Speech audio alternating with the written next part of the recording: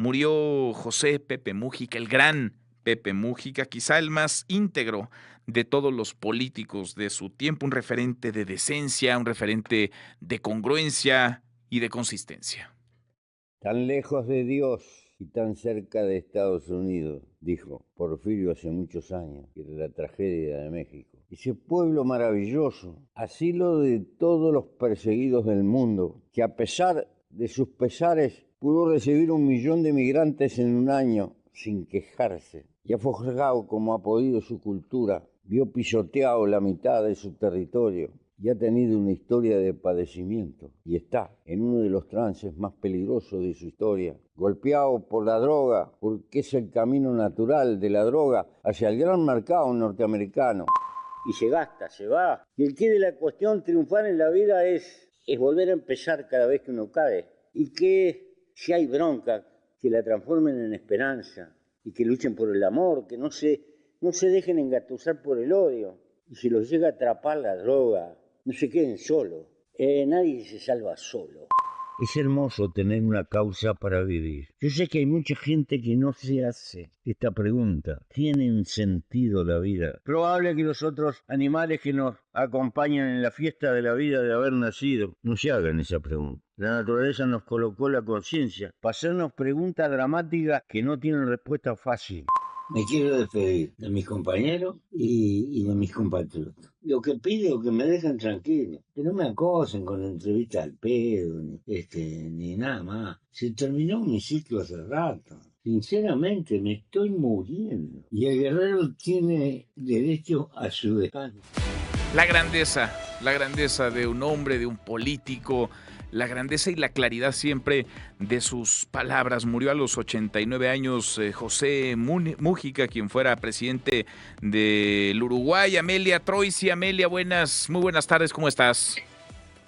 Bueno, compartiendo también lo mismo, creo que de una claridad tremenda, son cataratas de mensajes de todas aquellas personas que recuerdan desde el mundo de la política a Mujica, porque además ya empiezan los preparativos para la ceremonia de su sepelio, todavía no está determinado exactamente. Hacía pocos días su mujer, Lucia Topolansky, ya había advertido que había ingresado en una fase terminal. Venía en el año 2024, él había anunciado que tenía cáncer de esófago y hace poquitos días su mujer dijo que bueno, que estaban tratando de darle los mejores cuidados posibles. Murió en su chacra, ahí en la parte del cerro de Montevideo, en un barrio popular, en un lugar que los periodistas conocíamos mucho porque era el mismo lugar donde vivió siempre después de que fue liberado en el año 85. Él estuvo preso en condiciones absolutamente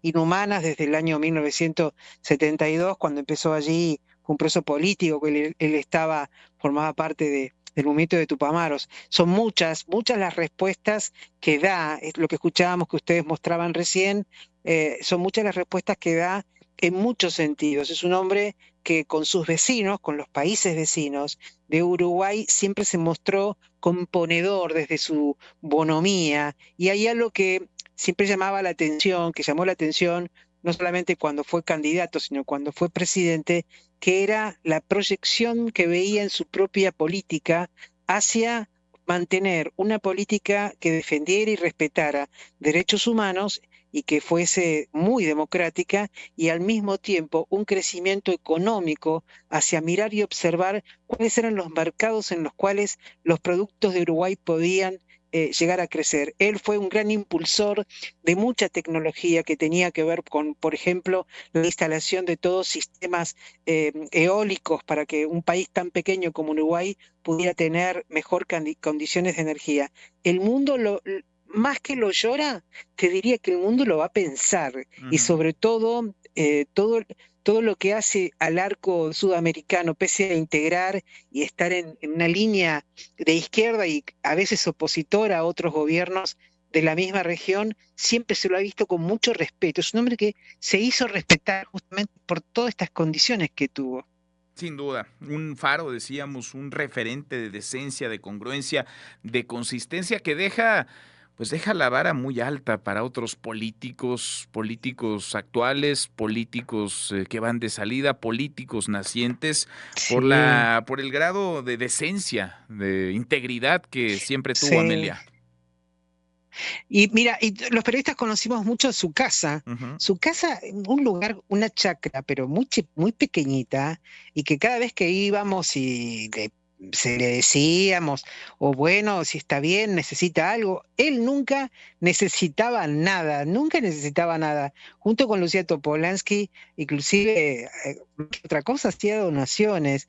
No existe ese tipo de político. Ese hombre que donaba mucho dinero, que nunca le importó enriquecerse, siempre le importó la política en su estado natural, es el hacer cosas, el hacer para otros, el gobernar para tratar de conciliar. Bueno, Yamantu Orsi no es, que es el actual presidente de Uruguay, no es su heredero, será su heredero político, pero no es su heredero. No ha dejado, no tuvo hijos, no tuvieron hijos con Lucía Topolansky y tampoco ha dejado un heredero político, porque son figuras inalcanzables, Ujú. son irrepetibles y completamente inalcanzables. No es fácil que alguien se pueda poner a la par. Para ponerse a la par de él, tendría que estar en una casa muy pobre, tendría que tener lo mínimo necesario, tener el auto posible para movilizarse y nada más, y carecer de todo sentido de egolatría. Tal cual. Tal cual, coincido, comparto, creo que lo describes muy bien y él mismo se ha encargado de que este sea su legado, un legado de integridad, un legado de congruencia, un legado de decencia. Gracias, Amelia, saludos hasta allá, muy buenas tardes. Un abrazo para ustedes. Un abrazo grande, murió pues a los 89 años el gran José Pepe Mújica, el hombre que combatió como guerrillero, que se convirtió en presidente de Uruguay, que nunca se apartó de sus creencias, de sus principios, de sus convicciones. No solamente las dijo, las vivió. Pausa, volvemos, hay más.